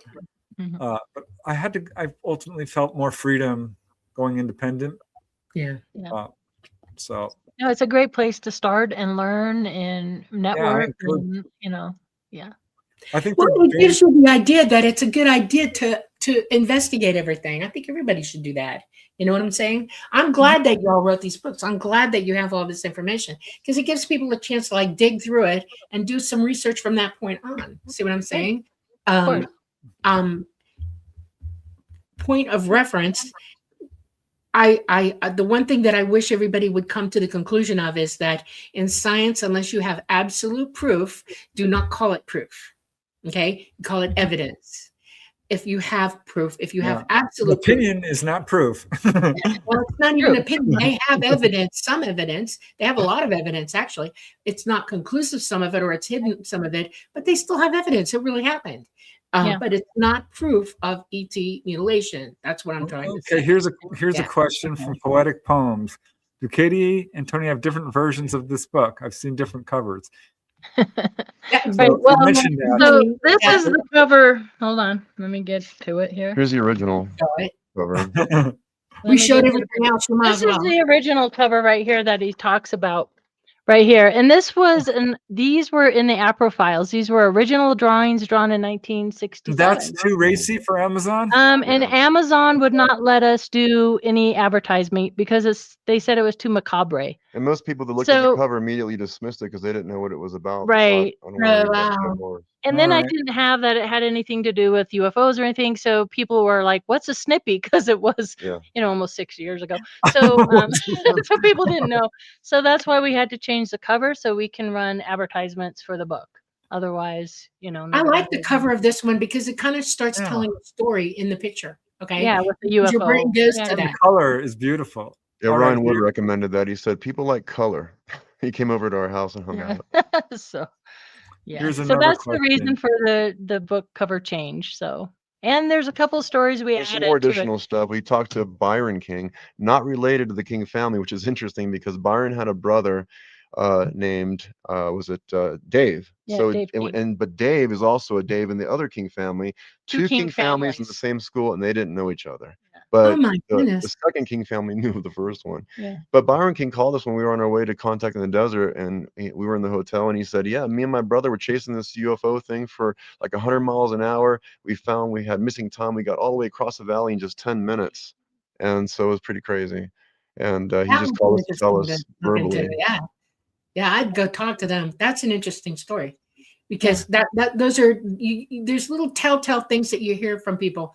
Like if I covered a valley in less than 10 minutes and I have missing time and I was chasing something, that's an interesting more to find out about this person. What the heck's going on? Dr. Leo Sprinkle reported missing time when they were out there, and then there was a missing time with Burl and Nellie coming back from Westcliff. And so you should tell Dolly. She might like this story. Okay. So there were some stories, outlier stories that were documented in the APRO files of Miss Blundell and her mysterious painting. So tell her about this, and could be, I don't know what you think. I would love to hear her opinion. Mrs. Blundell, her husband, and Ben King and his wife, they go for like a picnic out there in sand dunes, when all of a sudden this giant crescent-shaped craft comes over one of the sand dunes and hovers above them for about at 300 feet and then takes off like a bolt of I light. can find the picture. So she goes home and then she's inspired to make this art, creates this piece of artwork that she has a little shop near Pagosa Springs, 20 I think I miles might know this outside of there. story. Yeah. Yeah, and so she goes in there. She wants to show her friends what she drew. She wasn't going to sell it. This strange man comes in, spends way too much time in her shop, and she's getting nervous. She wants him to leave. He says, "I want to buy that picture right there with the little sheep on the mountain and the one over there." And she's like, "What other one over there?" And she's pointing to the one with the UFO. She goes, "Well, that's not for sale." He goes, "I'll pay you anything you want. I want these two paintings." She goes, "You can have the one with the sheep for $750, which was a lot of money back then, and get out." So the guy says to her, the guy says, "I don't have any Earth money. It's my first time to this planet, but I'll be back in October." Freaks her out. So she writes his license plate number down and puts it in her little metal cash box. She doesn't think anything of it because October comes and goes and the guy doesn't show back up. But the next spring, which was in 68, spring of 68, the police call her up. "You need to come down to your shop. There's blood everywhere." She's like, "What do you mean there's blood everywhere? Is there anything stolen?" "Nothing stolen." She goes down there. It takes her like 45 minutes to get there.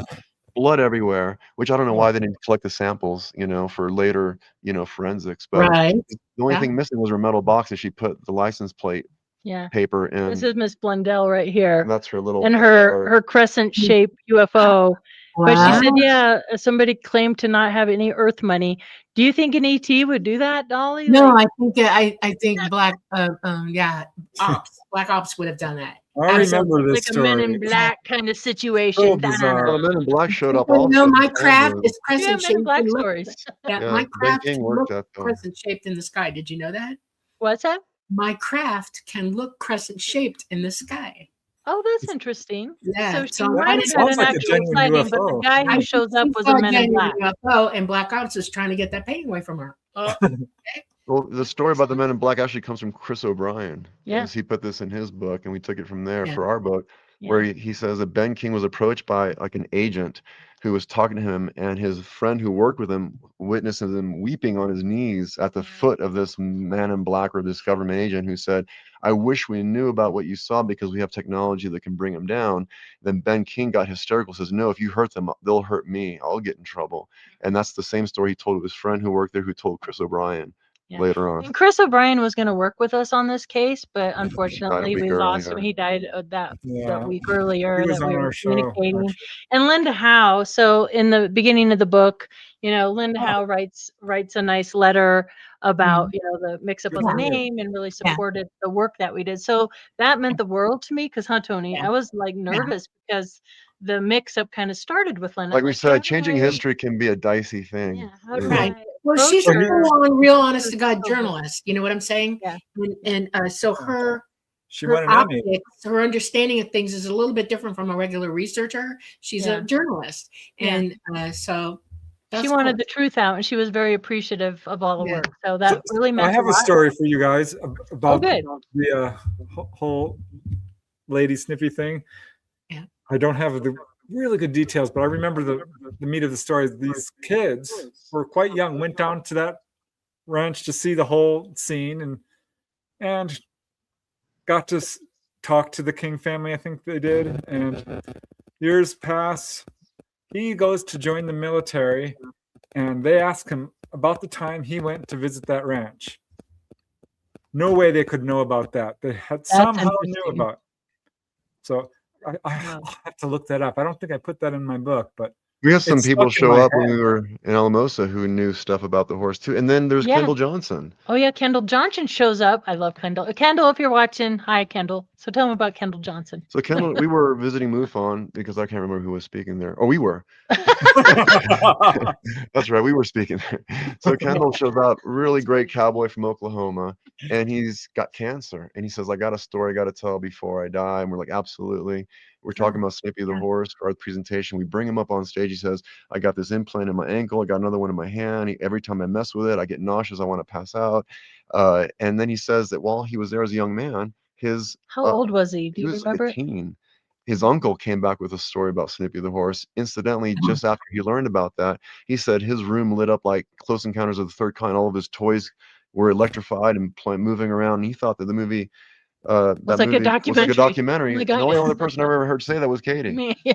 So I said, "Katie, you said the same thing." Yeah. So we added historian to the new version, but he had his own experience out there. So, I believe it's an active area, and I saw somebody mentioned in the comment how far from the Rocky Mountain Ranch, and it's about a 3-hour drive from the San Luis Valley out there to Elbert County. So, as a crow flies, not very far, and to have such similar events that occur and having the military presence, it does make me wonder. And I've asked that question.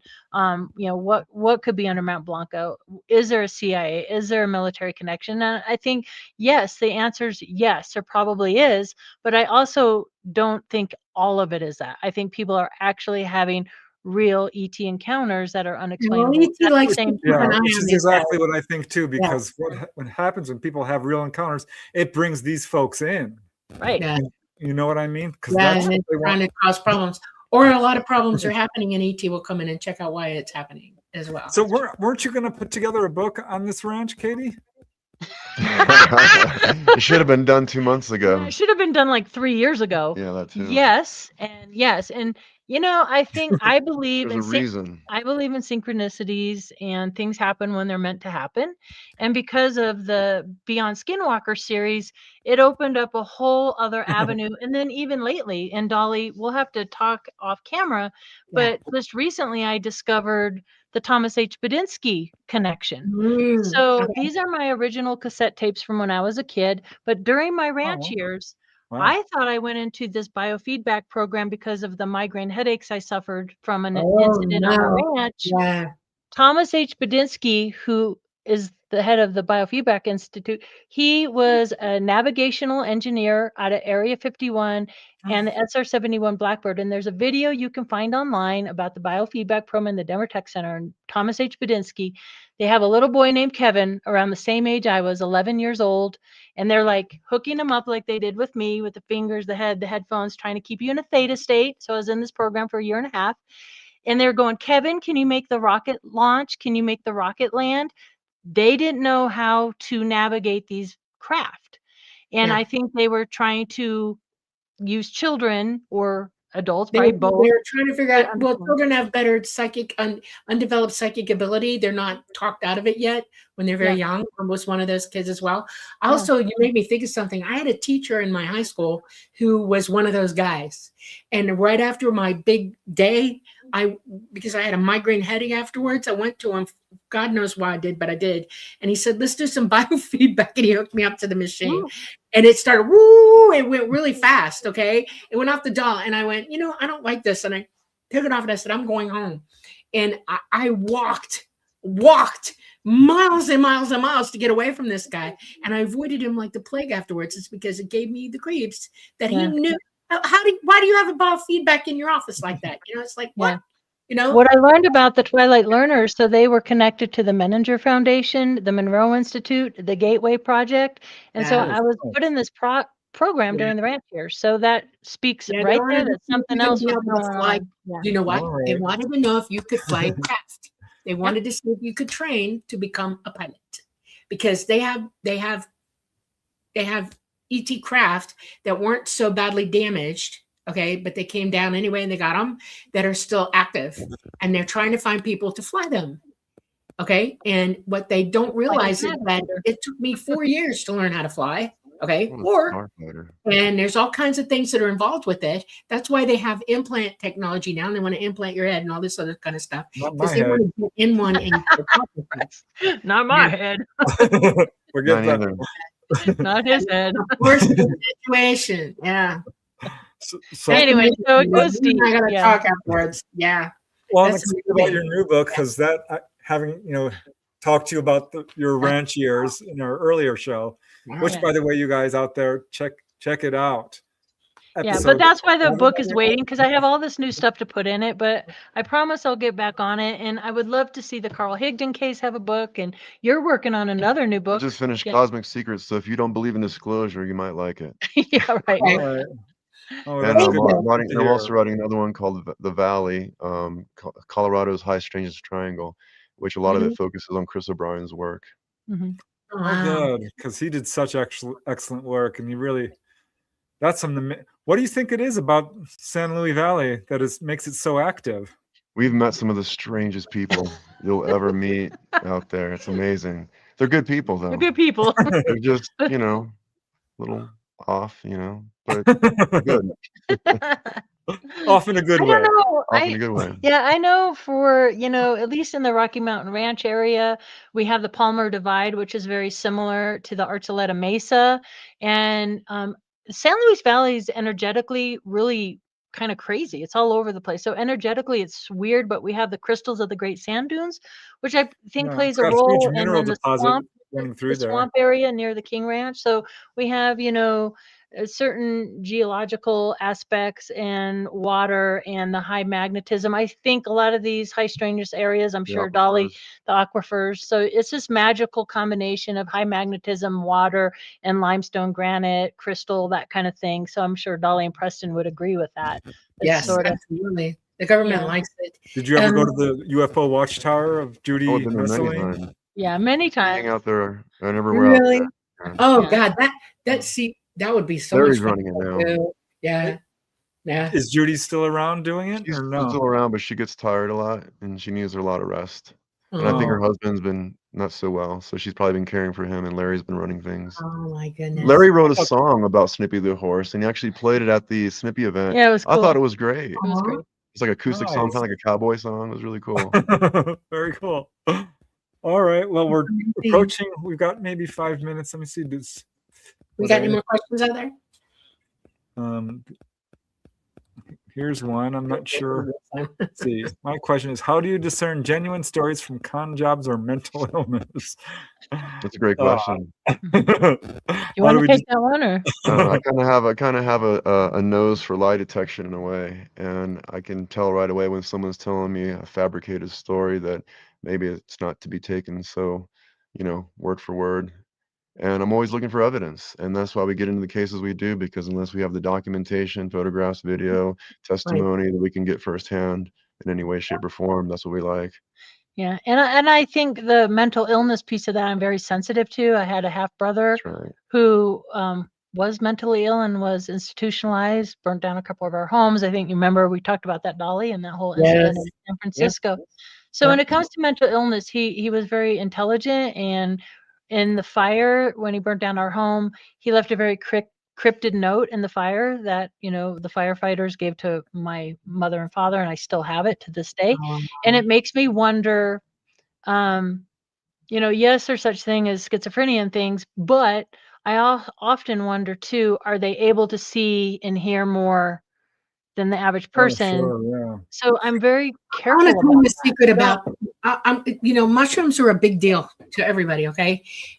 They isolated the chemical in mushrooms that do the make your brain wire itself differently. Okay.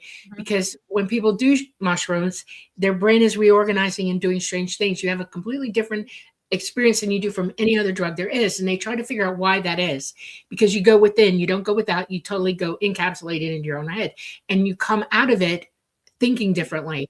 So they isolate the chemical compounds that are in the mushroom, and they used it to mess with people's heads and reorganize how they think and make them crazy.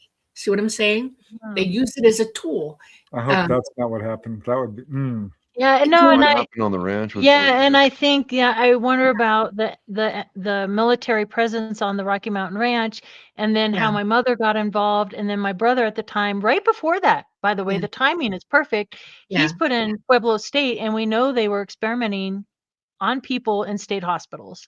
So that's kind of my next rabbit hole. I want to see if I can FOIA. I know it's medical, so I might not be able to get any information, but any clues tying that to some of the, other programs like this Twilight Learners that I was put into and things like that. So it's all interwoven and interconnected, I think. Very much so. I 100% agree with you. Yeah. All right. I think we have time for one question, and this is directed to you, Dolly, but I think we all have an opinion on it, at least, regarding the alien false flag. When do you think it's going to happen? It's already started. You're being groomed for it, right? Do you think an alien false flag is going to happen? Yes, 100%. So there's a lot of buzz about it in the UFO community. I'm concerned about it. I don't know. What are your guys' opinions? I think it's going to happen too. Mm, I mean, what an easier way. They've been grooming everybody for it since 47. yeah. What do you guys think of the Steven Spielberg like trailer? To me, it looks like it's kind of fearful, but I don't know until we Right? see it. But It is. It's dark as all get out. Okay. When I saw it, I was like, huh, what happened to you? You know, you put one out that's very helpful and bright and all this other kind of stuff, and now you're doing this. Why? What's going on? Yeah. You know? we'll have to wait and see, huh? Yeah, I'll probably watch it, but I'm preparing myself to be disappointed. Yeah, you can watch it without me. I don't want to watch it. All It's right. a horror. I don't know. I'll let you know, Dolly. I'll let you know. Or let Preston watch it, then he can tell us. There you go. He's capable of that. All right. So Yeah. beautiful book. I hope everyone checks it out. This one is also really cool. What a treasure to the UFO community. Our Leo I like that Sprinkle. one especially. I did read that. I love that book. I really So, did. yeah, I hope In you. my name, that's my name before I changed it Yeah. after the Katie divorce. Paige with It an is I. updated on the new versions. So It's yeah, been a thanks challenge guys. getting everything switched over. I'll tell you what, changing your name is no easy task. Oh, Word. I'm there. Okay. it takes So, a couple of years and yeah. a lot of battles. Yes. Big battles. Big battles. All right. Okay. Any last words, guys, that you want to leave it? Refer the listeners to Yeah, where I they mean, can find you. And Yes. if you have any questions or comments, you can reach us at RockyMountainRanchResearch.org or KatiePaige.net, which is PAIGE.net, Mine's TonyAngiola.com. and TonyAngiola.com. And also tune into the Trifecta Wednesday night, 7 p.m. Mountain Standard Time live. And what else? And you're guesting with UAP Studies on Sundays, and your yeah. SOR Friday nights at midnight Yeah. with Dave Scott. Right. Fantastic. All that. yeah, cool. Yeah, we love Dave Scott. I'm gonna try to watch it Wednesday. I'm gonna be there. Okay. Awesome. All right. So I guess we got to say goodbye. Thanks so much, guys. Thank you. Thank That you, guys. was awesome. And I want to thank all you guys who tuned in tonight. We really appreciate it. It's been a wonderful show. Our guests, Katie Paige and Tony Angiola. Amazing. Incredible work with Snippy. I know. We're That gonna have needed to to be talk more known. about when the books come out. You have to come back on and we'll do this again. Okay. Thank you, Absolutely. Namaste and Sunny and Thank you. everyone. Olivia, you guys are all so amazing. Thank you so much. Thank you. Bye. Okay. You've been watching The Light Gate. We are coming to you live from the beautiful city of New Orleans in Louisiana at the United Public Radio Network in I'm so happy to be doing this right now, young lady. Live, New Orleans, United Public Radio Network at 107.7 FM and the UFO Paranormal Radio Network at 105.3 FM. We're on Facebook, we're on Roku, we're on Rumble, and we're on YouTube. Everybody have a great week. Please stay warm. I know a lot of people are affected. We are keeping you in our minds. We're sending you whatever energy we can, and we're praying that everything is put back the way it needs to be. We love you all. Night, night.